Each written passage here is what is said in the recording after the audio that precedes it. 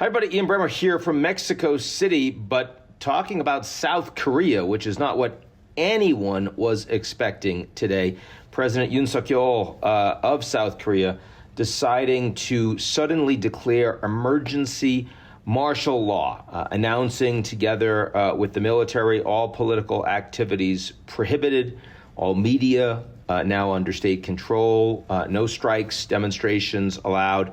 Basically, the president of South Korea declaring that his country is North Korea, at least for a few hours. But of course, South Korea is not North Korea. It is a vibrant democracy with strong institutions. And the parliament is in strong opposition of what he is doing, as are the people.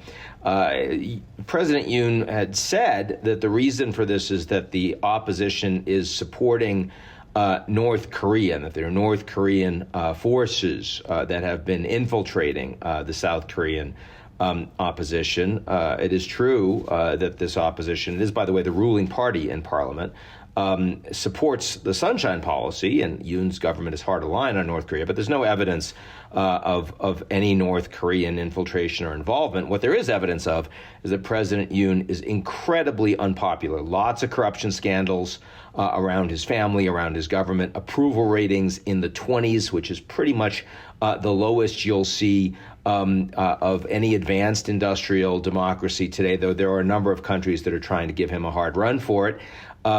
The opposition party, the ruling party in parliament, has been pushing really hard to make his life miserable. They have investigated his wife.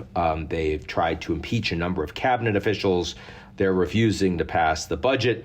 And apparently he just couldn't take it anymore. I'll tell you, nobody expected it, aside from the military leaders that he coordinated with. The senior government officials was shocked by the move. Our parliamentarians were shocked by the move. This isn't like January 8th in Brazil, where it was clear that Bolsonaro was going to do everything he could, try to overturn the elections, just as it was clear January 6th in the United States that Trump was going to do everything he could to overturn an election. This is a very different situation. This was a very sudden move. It is perfectly legal to declare martial law, but you have to actually pre-notify the National Assembly, which he did not do, so it wasn't done legally.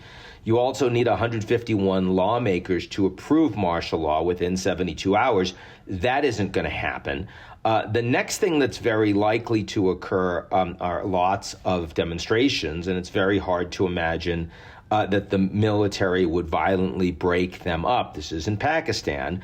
And we also saw an emergency session that they got a majority for of National Assembly lawmakers that all 190 voted to end this. So I think what's going to happen is President Yoon is going to wake up tomorrow with a really bad hangover, certainly a political one, maybe others too, and going to realize that he did something incredibly stupid, overreached, and has destroyed any remaining legacy that he might have had.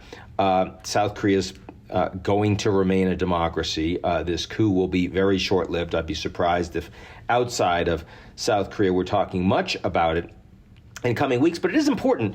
It's important because South Korea is an ally of the United States. It now has a robust relationship with Japan. In fact, the tripartite agreement brokered by Biden at Camp David was arguably his greatest foreign policy success, the equivalent of the Abraham Accords by the Trump administration.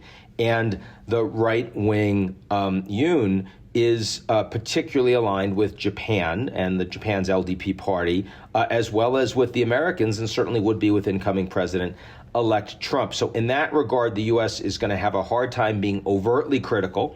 They won't want to because, as unhinged as he is a strong ally.